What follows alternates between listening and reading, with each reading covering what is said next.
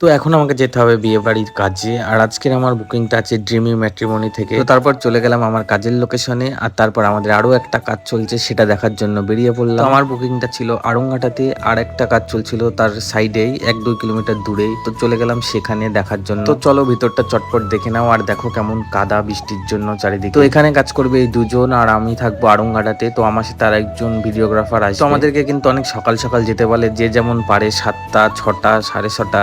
তো আমরা কিন্তু পৌঁছে যাই, আর পৌঁছে গিয়ে এরকম ভাবে আমাদের বসে থাকতে হয় 2-3 ঘন্টা। তো তারপর চলে এসেছি আমি আমার কাজের লোকেশনে। আর আমাদের সেটআপটা এখন রেডি করতে হবে। আর দেখতেই পাচ্ছ আমাদের ভিডিওগ্রাফার চলে এসেছে। তো আমাদের সেটআপটা ফাইনালি রেডি হয়ে গেলে আমরা চলে গেলাম আড়ংঘাটার লোকনাথ মন্দিরে। আর যেহেতু বৃষ্টি হতে পারে, তাই সকাল সকাল সিঙ্গেল শুটটা আমরা সেরে নেবো। তো এই হলো আজকের আমাদের রিয়েল ব্রাইড। তো দেখে নাও রিয়েল ব্রাইডকে। তারপর মেঘলা আকাশ, আর তবুও গরম কিন্তু কমেনি। আর আড়ংঘাটার আশেপাশে কাজ হলে আমাদের কিন্তু যুগলবাড়িতে আসতেই হয়। তো তারপর চলে আসলাম যুগলবাড়িতে।